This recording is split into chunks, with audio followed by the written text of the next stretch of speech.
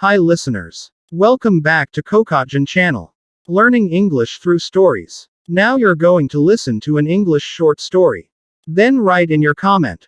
What's your suggestion the best title for the story? Let's start listening now. 60. Mr. Williams was a gardener and a very good one too. Last year he came to work for Mrs. Elphinstone, who was old, fat and rich. She knew nothing about gardens, but thought that she knew a lot, and was always interfering. One day Mr. Williams got angry with Mrs. Elphinstone and called her an elephant. She did not like that at all, so she went to a lawyer, and a few months later Mr. Williams was in court, accused of calling Mrs. Elphinstone an elephant. The magistrate found Mr. Williams guilty, so Mr. Williams said to him, "Does that mean that I am not allowed to call this lady an elephant anymore?" "That is quite correct," the magistrate answered. "And am I allowed to call an elephant a lady?" the gardener asked. "Yes, certainly," the magistrate answered.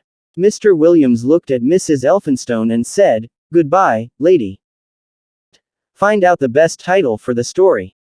If you find it useful for you, please subscribe, give comment, and share this link to others. Thank you.